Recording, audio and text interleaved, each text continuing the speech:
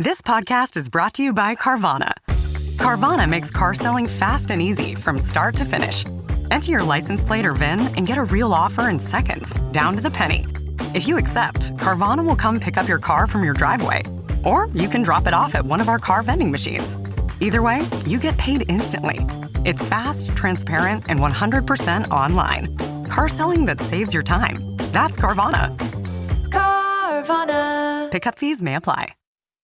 Welcome to Fine Tuning with Drwe Taylor, your one-stop shop when it comes to animation news and commentary. I'm entertainment writer Jim Hill, and Mr. Taylor and I, whose writings on the industry you can regularly read over on The Wrap, and whose musings on the Mission Impossible movies you can now listen to on the Light the Fuse, the official Mission Impossible podcast, he and I are recording this week's show early on Sunday morning, December 31st. So tell me that you and Katie have something interesting going on for New Year's Eve. We don't have anything interesting going on, but it's by design, Jim, because I had my mother here all week. So we did the WB studio tour. We went to the Academy Museum. We were running around all day. So we are really excited to do absolutely nothing today and tomorrow. That's our plan.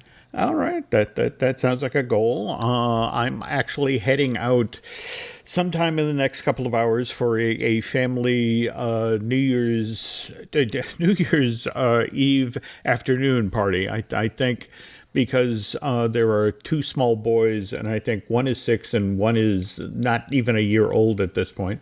Party will probably break up around 6, but I'm making a lasagna. But to double back to your week, so you did the Warner Brothers backstage tour there, which Nancy has done. I have not. What did we think? It was interesting, although we had an absolutely terrible tour guide. I'm very comfortable in saying that. She was just the worst. And I need to write a strongly worded email to those folks, see if I can get my money back, because it was not great. Wow. But it was fun. The Academy Museum I was really impressed by. Jim, next time you come out, we got to go. Okay. Yeah, it was really interesting.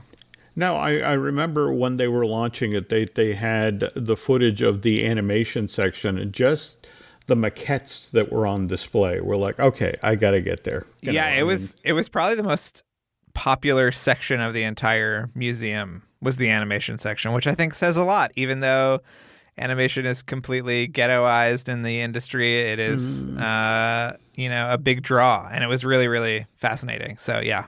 Well, it's so interesting you say that, because, again, if we pivot to what's going on in the box office right now. Now, you yourself have been a great enthusiast for migration. And in fact, I've heard from a number of folks over the past week or so about how this may actually be Illumination's best, it's that good. But if we pivot to what it's doing box office-wise, this one just didn't connect for some reason, or hasn't connected yet. I mean, we got $43 million domestic, just $22 million overseas, a box office total of 66. And you and I have talked about on the show about it. Nobody is better than Illuminations at stretching a dollar, delivering a really good movie at a really good looking movie at a relatively low price point. But they can't be happy with these numbers.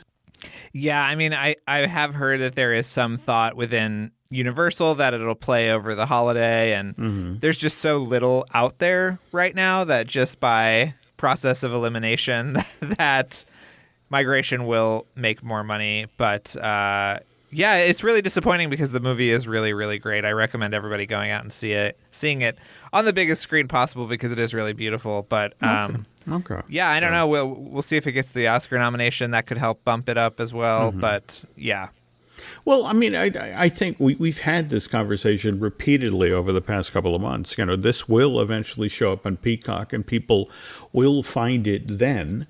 But at the same time, this has got to be frustrating. So, I think it actually is frustrating for the entire industry, because there needs to be new animated features and new animated franchises being launched, and if they keep having this problem with original titles that they're getting very nervous. The biggest one next year obviously is Wild Robot. So yeah, all eyes are on Wild Robot now, Jim. I get that. I do.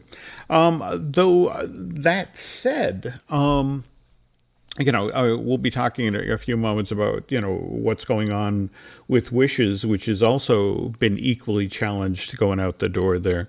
What do you make of what's been happening with Wonka? That seems to have grabbed the holiday box office for families this year. Yeah, they seem sort of surprised by it. I just saw before we signed on that it's actually going to make more money than Aquaman this weekend, which they were surprised by. Paul King is great. We have been charting the fact that he was supposed to do the Pinocchio remake, not Robert Zemeckis, and then he dropped out to do Wonka instead. And we all know how that Zemeckis Pinocchio movie turned out. Yeah. So, the king. He's the king, Jim. Yeah. But at the same time, did you see the interview he did in regard to, it said 2 Paddingtons was enough, evidently there's so many Paddington books they could make, Paddington 100, but it was like, no, it was time to do something else. So, yeah. But all right. Speaking of time, we have to get to the news now. So I should remind you folks that the news portion of Fine Tuning is brought to you by TouringPlans.com. Touring Plans help you save time and money at theme parks like Walt Disney World. So please check them out at TouringPlans.com. Okay. So, all right. We were talking about what's going on, theatrically with animation. On the other hand, to circle back to your question about we need new franchises and that sort of thing, when you look at what's going on over at Netflix with things like, the new Adam Sandler, Maury, Leo, so close. I know a Maury, I know a Leo. All right, but Leo is doing great. Continues to do great numbers. Continues, people talk it up. And is there any concern about this that animation, much like the romantic comedy, had started to have trouble on the big screen and then sort of moved to cable and Hallmark? Yeah, I think that animation, especially aimed at younger audiences, is such a great fit for streaming because they can rewatch it over and over again. And the filmmakers behind Leo said that was one of the draws of going to Netflix. It was a movie developed by STX before it moved to Netflix, and when it did, they were all very excited because, Jim, you remember, you had a young child at one point that would wear out their VHS copy of Aladdin. So it's interesting. And they have a great slate this year. There's a lot of great streaming stuff.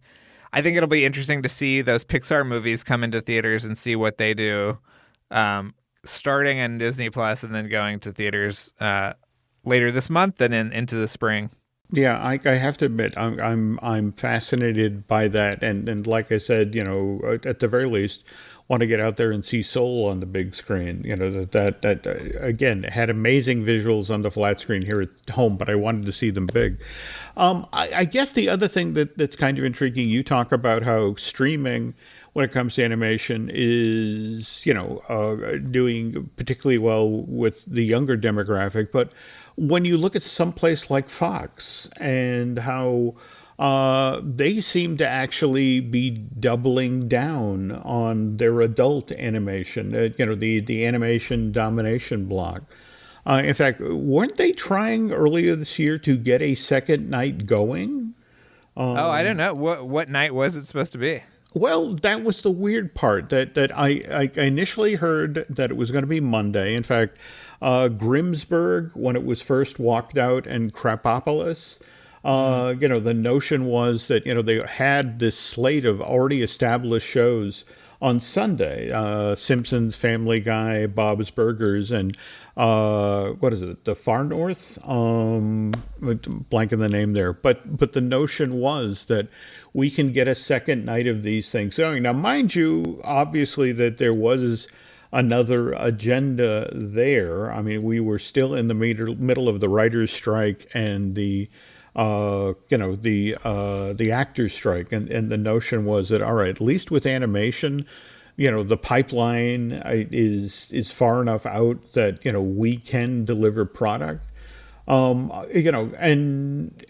what's interesting is some of these things run for quite a while. I mean, we just last month had the series finale for Archer out into the cold.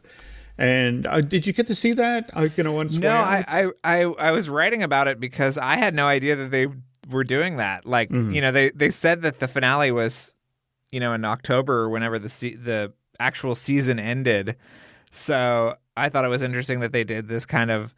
It was almost a movie. It was 3 episodes aired back to back. It was. You know what I finally did watch, Jim, was the Venture Brothers movie, which I thought was absolutely terrific. I don't know if you've seen it yet. Heart of the blood, radiant is the blood of the baboon heart. There we go. We go. All right, and you watched enough of those to be able to follow along, because that show has quite an elaborate storyline. It does, but I thought that the finale, the movie, kind of wrapped everything up and reestablished it all in a really effective way. I thought it was so good. Did you watch it yet, Jim? I did, and again, that in fact, I have my wonderful Ken Plume book, the Art of the Ventures Brothers, down in the basement, and I am hoping that Ken gets the opportunity to sort of refresh keying out, because there was some cool stuff done for the movie. Yeah, there really was. Yeah, but I guess that's what's fascinating for me, because even the Archer people and the Venture Brother people sort of insinuated, like, look, yes, if we say this is the series finale, but of course this is animation, and if in 5 or so years people want more of these, we can of course get the band back together, and yet, if we pivot back to streaming again, we look at something like Central Park, lovely show, and co-created by a friend of the show, Josh Gad. But again, that there was the algorithm-driven decision that we have 3 seasons worth of episodes, and that's enough. We're done. And I guess that's what's fascinating now, is there seem to be so many different ways that decisions are made in regard to whether it's an adult animated series or whether it's an animated series that's perceived for the family market, or for that matter for kids. And I bring this up because, Drew, this weekend when we were getting ready to do this week's show, you directed me to the Lost Media Archive, the website. Yeah, and don't get me wrong, there were so many fascinating stories related to shows that stayed on the air for quite some time, or movies that did finally make it into theaters. But to go through the list of shows over there that didn't, some of them went a great distance before they stumbled and fell. Did you have a favorite there in the pile, or? Well, I don't know if I had a favorite, but the thing that I thought was most fascinating was that they had actual character art from a proposed DreamWorks Animation version of Spamalot, the Monty Python stage production that was absolutely. I mean, did you know that this was being worked on, Jim? Well, it's so interesting that you said it, because again, if DreamWorks, I think of as, Katzenberg, Spielberg, and Geffen. And if we go all the way back to when Steven had his own animation studio, Amblimation, the artwork for the animated version of Cats, I mean, Steven seems to, have an interest in bringing Broadway shows, to the screen. I mean, what was it? Just last year we got his take on West Side Story, but Spamalot, yeah, that was a surprise, especially what with it back on Broadway just this season. But yeah, I don't think I ever heard anything out in public about that. So yeah. I wonder what tripped it up. Yeah, I don't know. I mean, the other interesting thing is that there's a lot of art from a proposed Casper completely animated Casper feature, which I reached out to friends at DreamWorks and they've said that's always something that's on the table. So, it's interesting that it got close a couple of times, but didn't happen. And then the other thing for Disney fans, they have this really cool piece of test animation from My Peoples that was an integration test that mixed the CG toy characters with 2D characters and 2D backgrounds, and I thought it was absolutely gorgeous. Trust me, if you hammer, I mean, the problem is that you have to hammer on all of the names that were used for My Peoples. There, what was it? A Few Good Ghosts. I'm blanking the other ones, but there are probably, and now mind you, it depends on whether Disney Legal is being particularly aggressive, but there's about 10 or 15 pieces of test animation for My Peoples that have made it out there online, and it does kind of break your heart to look at it, because the very thing you talk about. It was the grand experiment. It was going to mix 2D with CG. I don't know if you caught who was voicing the grandma in the little grandma doll in that scene. No, who was it? That's a little Lily Tomlin, and it had a killer voice cast. I mean, Dolly Parton was going to... Well, by the way, that's the other name. You need to Google the project. Angel and Her No Good Sister. That's right. That was the other one. Yep. Dolly Parton was going to voice Angel. Then there was my absolute favorite character out of this thing was Abraham Lincoln, voiced by Hal Holbrook. But it was Abraham. The concept of the CG characters is they were all folk art. In fact, that was kind of the conceit of the movie. They were going to look different than the hand-drawn characters in the film because they were folk art. They were folk art that had come to life. So, you could buy that. All right, that doll stands out in a different way from the old man that she's interacting with by the truck. But the cool thing about the Abraham Lincoln figure is it was a hairbrush. The bristles on the hairbrush were Abraham Lincoln's beard. But Hal Holbrook was, Abraham Lincoln set loose in a farmyard. So every so often he would get the mind to go and emancipate the chickens. To the effect, you're free.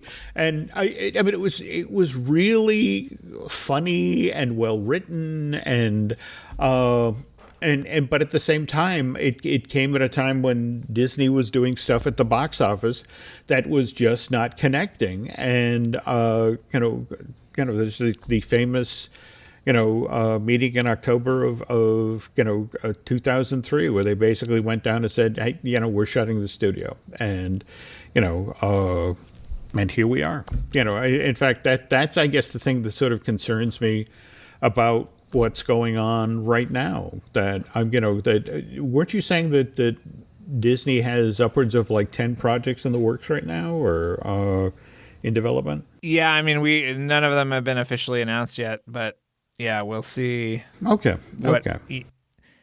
Also, the movie was known as Once in a Blue Moon and Elgin's People. There we go. So I know it was a charmer, and it would have been. I mean, again, there's a number of folks, at Disney who honestly feel like it was a mistake for a couple of reasons. The shutdown feature animation Florida. I mean, first and foremost, it was the only thing left at that theme park, that was actually made movies. You could go in and see stuff being made.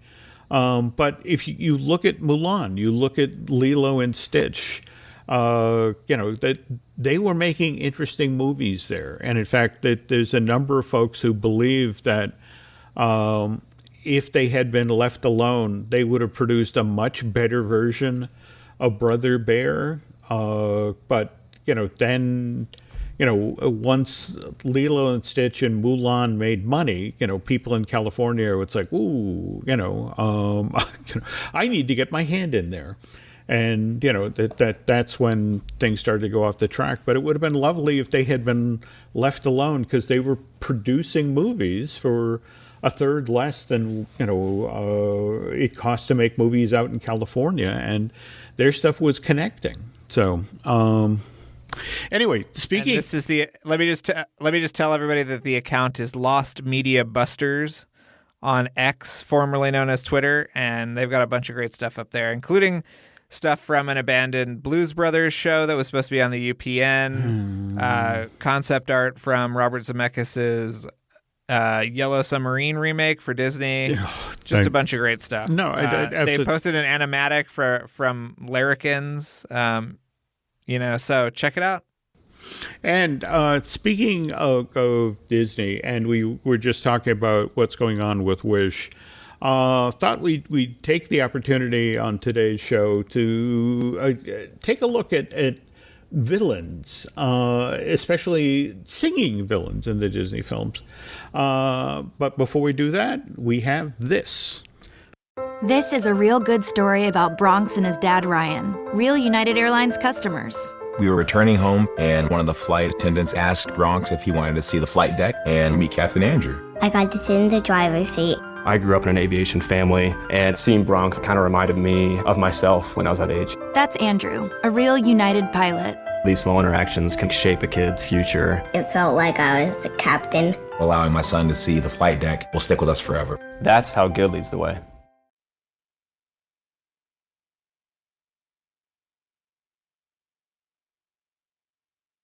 And we're back.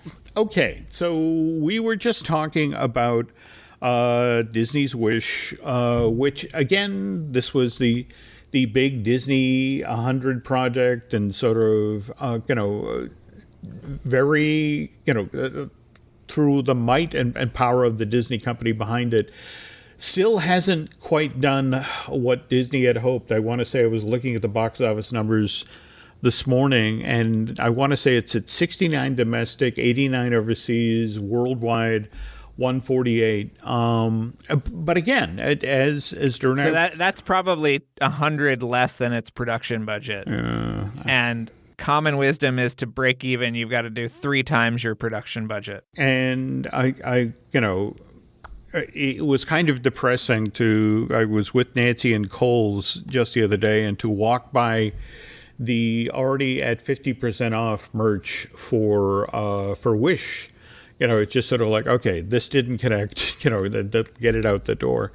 Though not for lack of trying. I mean, remember, prior to this arriving in theaters around Thanksgiving, Disney did a very big push to get especially when it came to the songs that Benjamin Rice and Julia Michaels had written for it. And we, of course, had the big, I want the I Wish number. But the other thing that got a lot of push was King Magnifico's song, This Is the Thanks I Get, that I thought Chris Pine did a nice job with.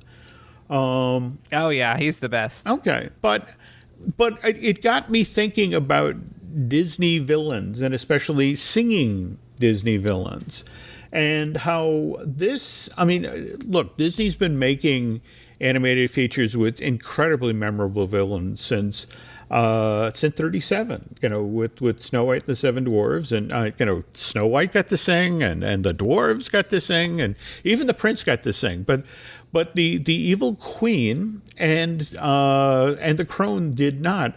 Though, aren't we hearing for the live action that Snow White doesn't, Gal Gadot, she gets a number as the queen, right? That's the rumor. Hopefully it's better than her version of Imagine, Jim, that she released over the pandemic. Oh, you're mean. Okay. That's the only thing that we hope. All right. But what was interesting, for the longest time, the villains did not sing in Disney's animated features.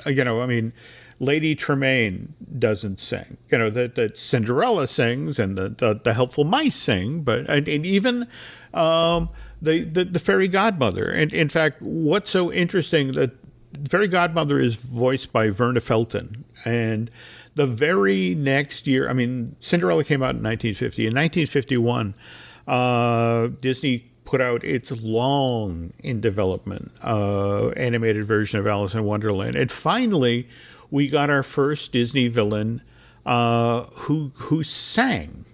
Now, just to be clear here, want to be sure to acknowledge Ichabod and Mr. Crane, which I want to say came out in 48. And Brom Bones does get to sing in that. But again, we're talking about features rather than the package movies. But there is a number in Alice in Wonder called Painting the Roses Red. And Verna Felton, who did the Red Queen in that movie, gets to sing a couple of lines in the song. But again, this is Disney sort of creeping up on the idea of singing villains. And when we get to 1953, Peter Pan, same thing. We Hans Conried is able, they give him a couple of verses in The Elegant Captain Hook.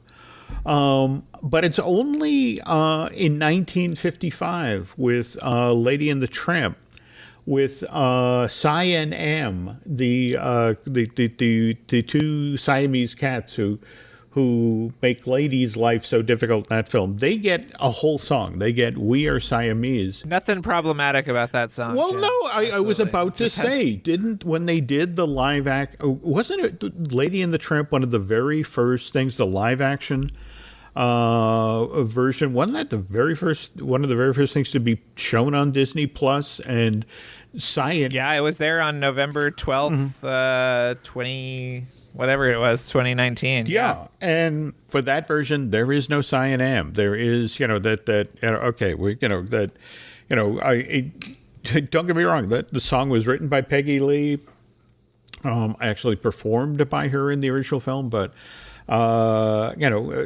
what's acceptable has changed since 55. So anyway, moving on, by the time we got to 1961 and 101 Dalmatians, we now start to have songs about our villains. And so we got Cruella de Vil with that film. And then in 1963, with Sword in the Stone, we got Mad Madam Mim. We got Martha Wentworth singing a comic number about that character that the Sherman Brothers had written.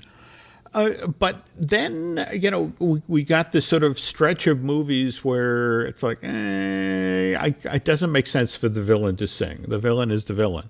And even then, if we jump ahead 10 years to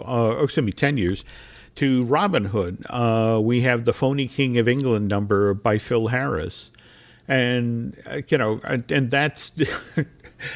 That's the infamous one where it's how many different animated dance scenes is that thing stitched together from? It's the Snow White dancing with the dwarves and King Louis dancing with Baloo. Yep. And I mean, in fact, I think they actually even culled animation from the animated film that came just before it, the Aristocats, and just sort of stitched that all together. Yep. All right. So it's only in 1985 where we get the first of the Eisner-Katzenberg era animated films that we start to get villains singing, as villains. And that's where we got the Ratigan song with, sung... well, still singing about Ratigan. They are. Though, they right? are. But again, he's front and center. And... starting in 89 is when we really sort of enter the age of great villain songs. And that, of course, is Poor Unfortunate Souls, done by Pat Carroll for The Little Mermaid, and just redone in the past year or so by Melissa McCarthy for the live-action Rob Marshall version of The Little Mermaid. And again, it's, the difference, though, is that this song is written by Howard Ashman and an Alan Menken, and I know, Drew, you've watched that presentation that Howard did for all of the animators at Disney Studios when he was introducing the score of The Little Mermaid to them and walking them through what each of the songs were and how they carried the plot and that sort of thing. And so this was a classic sort of Broadway number. And Mermaid was so successful that, Beauty and the Beast, which at that time was still being directed by Richard Purdom and was basically a straight film, right? I mean, it was just no music. I mean, there would have been an incidental score in the background, but no songs. I think that we have figured out that the decision to cancel the Purdom version actually happened during the junket for The Little Mermaid in Florida. Yeah. I think that I have talked to you about this and we've tried to nail down the date, but that is when everybody was in Florida at the same time that watched that footage, including Howard, who said, this ain't working. And so they made the call, but what was interesting up until that point, in fact, if you look at the early concept art for that version, the Purdom version of Beauty and the Beast, Gaston's a fop. I mean, periwig and just dressed in finery.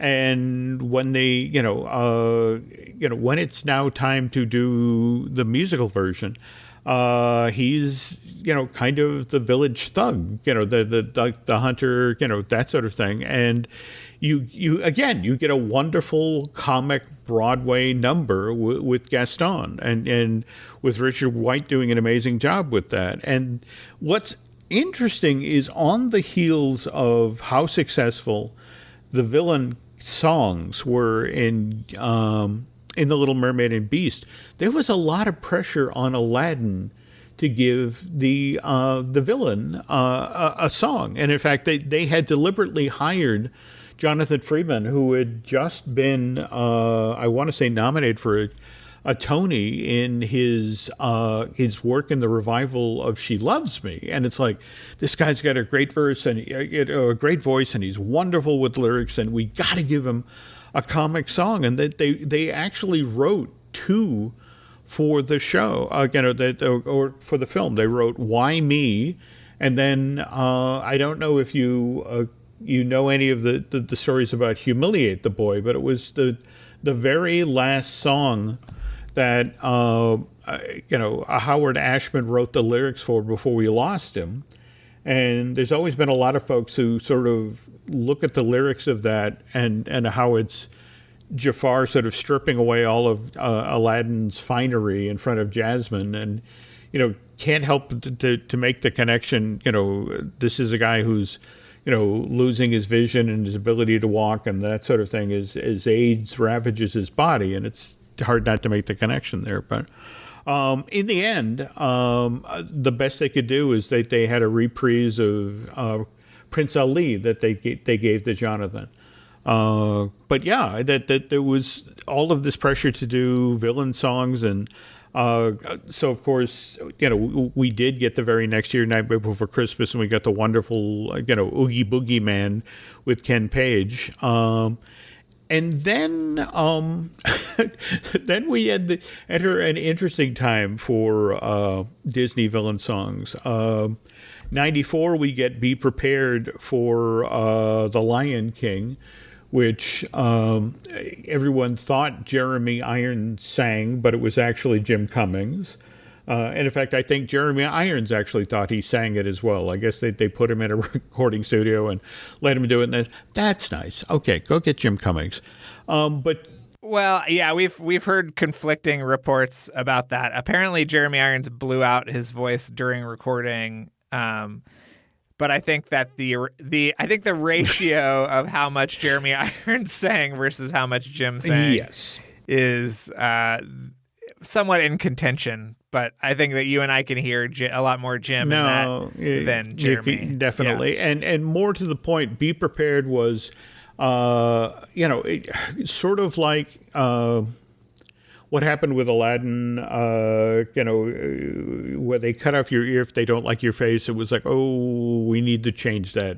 We go to the video. And, remember when The Lion King came out, there was a lot of brouhaha the summer that it was actually in theaters for the moment in Be Prepared, where suddenly all the hyenas were marching in formation like Nazis. And it was like, yeah, we're going to reframe that shot for the video. But again, marching forward, Pocahontas with David Ogden Stiers, a Ratcliffe character, and the Mine, Mine, Mine number, which ended somehow with an atomic explosion. Do you remember the mushroom cloud at the end of that? Where it was like, they just blew up dynamite, guys. I don't think they need a mushroom cloud. And then we get to Hunchback of Notre Dame in 1996 with Hellfire. And I think you and I have talked on the show, Drew, about the original animation of the smoke version of Esmeralda, where it's like, okay, that smoke person needs a bra. Go back and reanimate that. So, at this point, three films in a row having some issues with the villain songs. It's like, maybe let's hold back on the villain songs. It wasn't till 2000 with, this was when it was still called Empire of the Sun or Empire in the Sun. The film that would eventually become Emperor's New Groove. They had that Snuff Out the Light number with Eartha Kitt. What a number! And thank God people have taken to it online so much, because we have all these versions of it on YouTube that you can watch. That is an amazing song, and I believe one of the reasons that was it Andreas Deja who quit when they redid it, because he was doing Yzma in the original version. Yeah, I believe there was a lot of sort of like gay coded stuff in Snuff Out the Light too that he was really keen on keeping in there. Yeah, and and I'm blanking. The one of the great gags of that number is Yzma as she's conjuring in Snuff Out the Light. She's accompanied by a trio of mummies that what was it?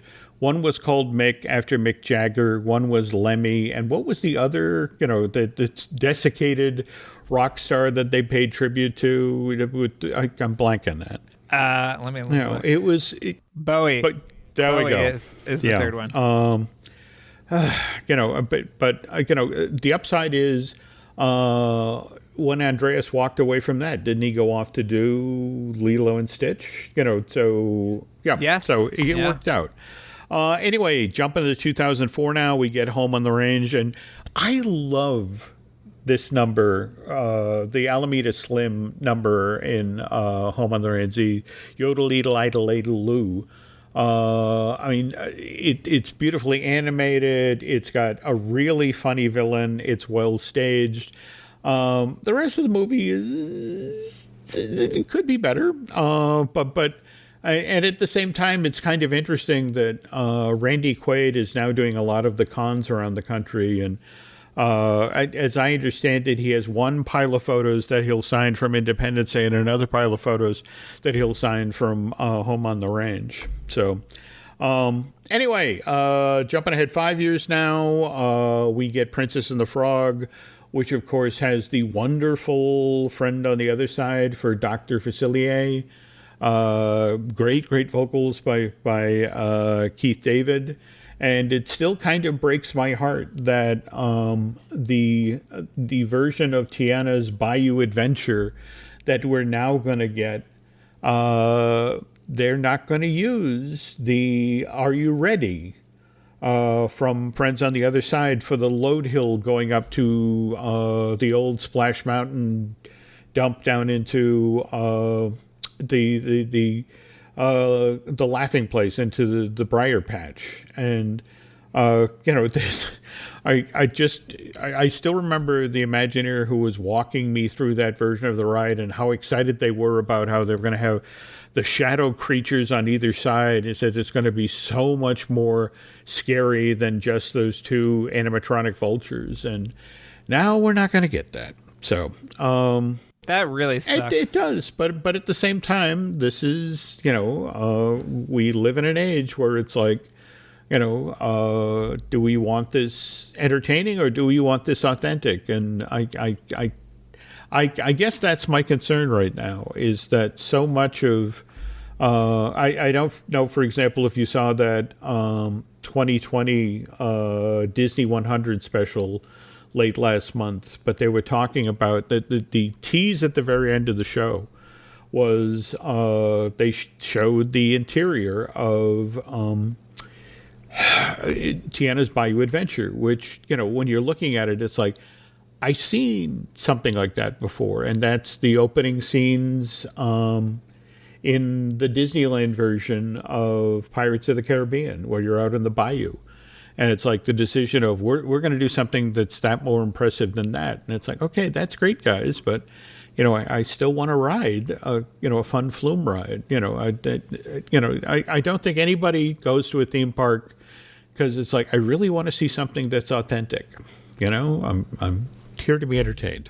Anyway, speaking of entertaining things, seriously, folks, if you're not paying attention to Light the Fuse, the official Mission Impossible podcast that Drew does with Charles Hood, you are missing out on so many great behind-the-scenes stories, and not just about the Mission Impossible movies, but all of the other, movies that the filmmakers that Drew and Charles sit down with. And in fact, just to pivot back to what you were talking about at the top of the show, with the Warner Brothers tour, I mean, this is the Warner Brothers tour being offered during the holiday week when production is shut down, right? So, but it was very funny how they tried to frame it. They were like, well, we got onto the set of All American. That wouldn't have been possible if they were shooting. I have no idea what All American is, Jim. I think it's on the CW, maybe. Like, it was just, there was nothing going on the lot. It was very funny. I mean, but they they put you in a golf cart and or a Pargo and run you around. You get to roll down streets and that sort of thing, right? Or Yeah. Although, it's like, I don't know. I could have done the tour better myself. It was a lot of anecdotes about Friends, Young Sheldon, and All American. Whereas, like, I've actually been in the jungle set because they did a junket for a movie a few years ago called The Curse of La Llorona, and they had the actual that water pit back there filled up. There was steam coming off of it. They did a ghost tour, a version of the backlot tour that was just about the creepy stuff that's happened on the Warner Brothers lot. So, Jim, when we can do a better job than our tour guide, that's when you're not wrong. Yeah. All right. Well, anyway, pivoting back to Light Diffuse, who have we got coming on the show this week? Well, we're very excited because we have Paula Wagner coming on the show, who is Tom Cruise's former production, cohort, and they were the ones that were running MGM for a period, if you remember that. Wow. So we've got a lot of great stories from her. We were very excited to have her. She was really, really great. Oh, wow. So, I don't know. She's got to have some killer stories. Can't wait. Okay. And speaking of killer stories, we do tell a few of those over here at Jim Hill Media. We, of course, have the Disney Dish podcast I do with Len Testa. We have the Looking at Lucasfilm I do with Brian Gahn. In fact, just came across some amazing Star Tours related stories where it's the Imagineer who did the C-3PO animatronic for the first Star Tours attraction, which was an actual